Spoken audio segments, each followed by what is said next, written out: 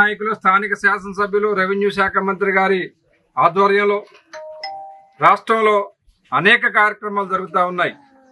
మొట్టమొదటిగా మహిళలకి ఉచిత బస్సు కల్పించారు. దాని ద్వారా లక్షలాది మంది పేదలు వారి గమ్యస్థానానికి చేరుకుంటున్నారు. అలాగే ఏదైతే ఎలక్షన్ మేనిఫెస్టోలో పెట్టినటువంటి భాగంగా 200 యూనిట్లు గృహలక్ష్మి పథకం ద్వారా ఇచ్చారు. దాన్ని కూడా ఆడబిడ్డలు ఈనాడు అనుభవిస్తున్నారు ఆ యొక్క ఫలాల్ని.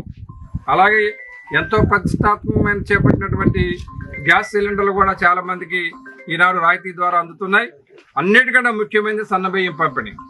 దీన్ని కాపాడాల్సిన బాధ్యత, దీన్ని పక్కదారి పట్టించకుండా చేయాల్సిన బాధ్యత మహిళలు. ఎందుకంటే మహిళల పేరు మీద కార్డు ఉన్నాయి, వాళ్లే తీసుకోవడానికి రేషన్ బియ్యం వస్తారని మీరు ఎవరికి కూడా పక్క వాళ్ళకి ఇవ్వద్దు, దళాలకి అమ్మొద్దు. ఎందుకంటే ప్రభుత్వం ప్రతి కేజీ మీద 40-50 రూపాయలు వెచ్చించి 50 రూపాయల పైచీలకు, ఎందుకంటే 50 రూపాయలు పెట్టి ధాన్యం సేకరించడం కానీ ట్రాన్స్పోర్ట్, మిల్లింగ్, మళ్ళా గోడౌన్లు తెచ్చు, మళ్ళా రేషన్ షాపులు తెచ్చడం, మళ్ళా రేషన్ షాపుల ద్వారా వాళ్ళ కమిషన్ ఇచ్చి మీకు బియ్యం ఇవ్వటం, ఇదంతా వ్యయ ప్రయాసంతో కూర్చి ప్రభుత్వం చేస్తుంది. కాబట్టి పక్కదారి పట్టకుండా దీన్ని సద్వినియోగం చేసుకుని ఇంటింటి పాలి అందరూ కూడా సంతోషంగా ఉండాలని మనస్ఫూర్తిగా కోరుకుంటూ సెలవు తీసుకుంటున్నాం.